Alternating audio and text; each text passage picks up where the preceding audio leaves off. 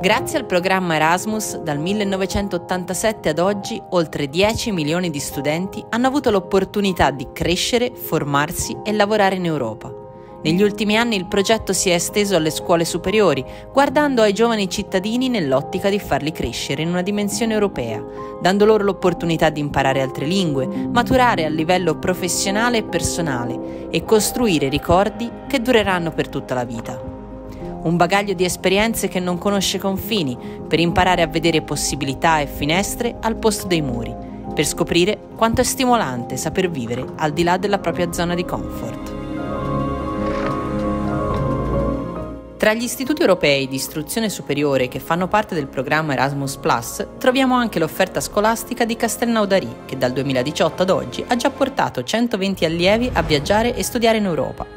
Alcuni di questi provengono dal liceo agricolo Pierre-Paul Riquet. Donc le lycée agricole Pierre-Paul Riquet qui accueille 300 élèves à cette rentrée 2021, dont 200 internes. C'est un établissement agricole qui est spécialisé dans 4 domaines.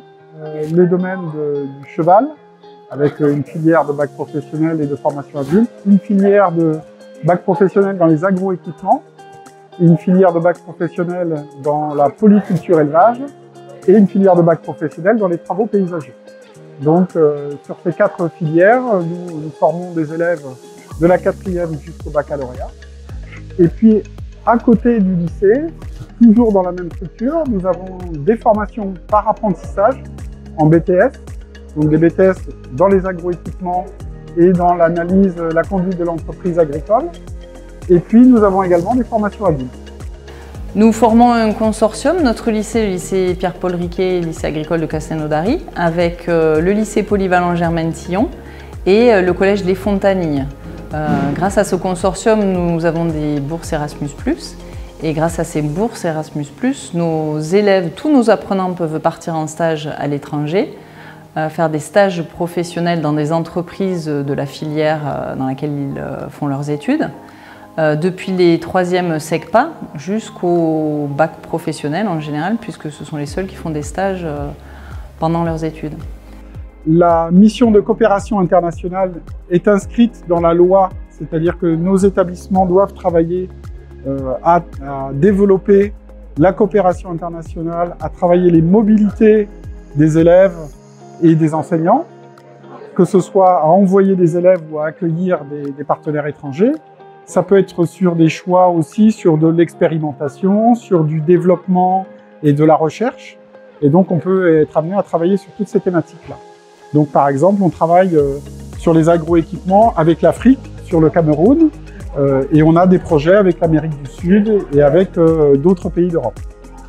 Et donc nous envoyons chaque année environ, idéalement 25 élèves, 24-25 élèves en stage à l'étranger sur les 3 zones linguistiques, on va dire zone anglophone, italophone et hispanophone. Les pays vers lesquels nos élèves vont faire des stages sont l'Italie, l'Espagne, Malte, l'Irlande, la Pologne.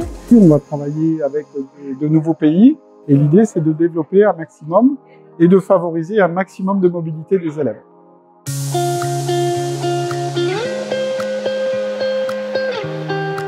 E se gli anni precedenti hanno portato numeri a doppia cifra in gran parte dei paesi ospitanti, con una ripresa del programma dopo lo stop forzato del 2020 a causa della pandemia, l'offerta si amplia e si rinnova in vista del nuovo anno, quando a partire saranno ben 48 allievi, suddivisi tra Spagna, Italia, Irlanda e Polonia.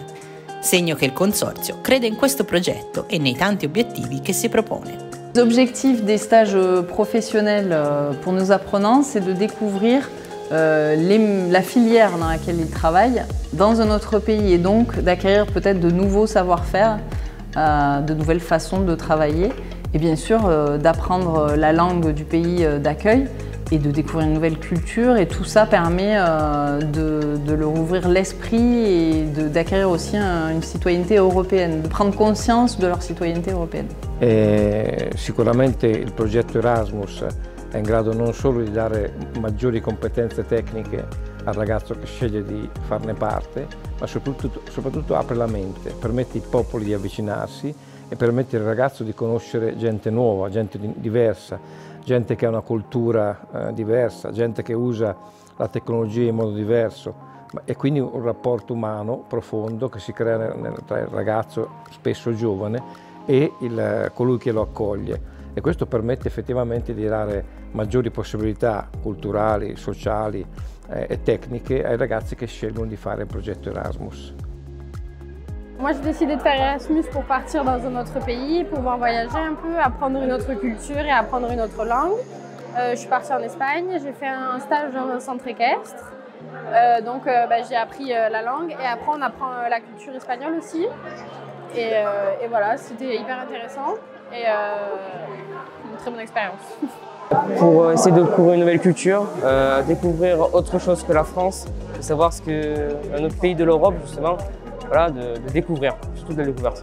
Tous les apprenants et les personnels qui partent en mobilité reviennent toujours enrichis et en tirent toujours du positif. C'est rare même avec des expériences négatives, c'est toujours le positif qui l'emporte. Ils gardent toujours un excellent souvenir de ces mobilités et ça engendre d'autres mobilités, d'autres échanges avec soit les mêmes pays, soit de nouveaux pays. Donc c'est toujours positif. Alors j'ai choisi Erasmus parce que je pense que c'est une très bonne expérience à faire, aller dans un autre pays et voir comment ils travaillent. Et je suis partie en Italie aux écuries della Torre et donc voilà, c'était une très bonne expérience et je me suis attachée à beaucoup de personnes, avec les personnes avec qui j'ai travaillé et même les personnes qui étaient là-bas, voilà. Alors nous sommes Frédéric et Anthony, deux professeurs de Castelnaudari, du lycée agricole Pierre-Paul Riquet. Nous avons emmené nos élèves en stage en Italie, à Borgo San Lorenzo, Vicchio. Et voilà, ils allaient en stage la journée chez les professionnels, ils travaillaient avec eux. Et puis le soir ou le week-end, nous faisions des visites, des sorties.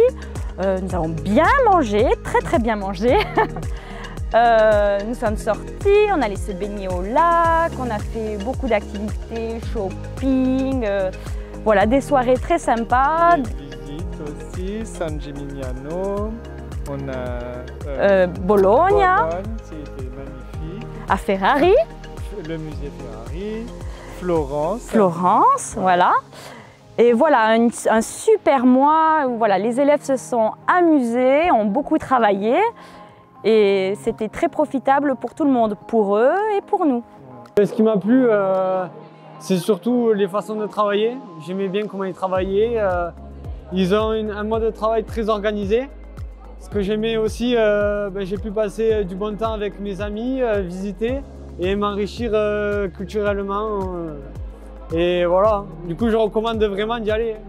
Tanti sono i soggetti che concorrono alla realizzazione del progetto affinché questi ragazzi possano vivere questa esperienza, dall'Unione Europea che finanzia l'Erasmus Plus alla sinergia tra gli istituti scolastici, dal consenso dei genitori alla disponibilità dei professori ad accompagnarli nei diversi paesi, dalle aziende che ospitano gli stagisti ai coordinatori locali che si occupano di mettere in contatto le scuole con le singole imprese. Tutti questi operatori collaborano assieme per un futuro dai confini sempre più vasti.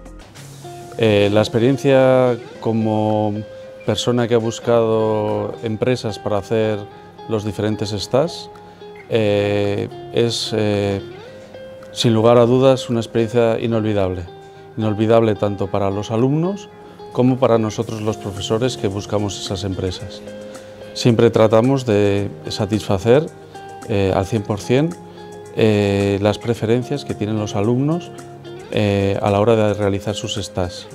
En nuestro caso, somos un centro agrícola y ganadero y buscamos empresas relacionadas con esos temas, bien sea producción de leche, producción de carne, horticultura, paisajismo y agroecología. Donc, je suis allé en Espagne, je suis allé à Séville particulièrement, en plein centre de Séville. Là-bas, c'est très différent d'en France.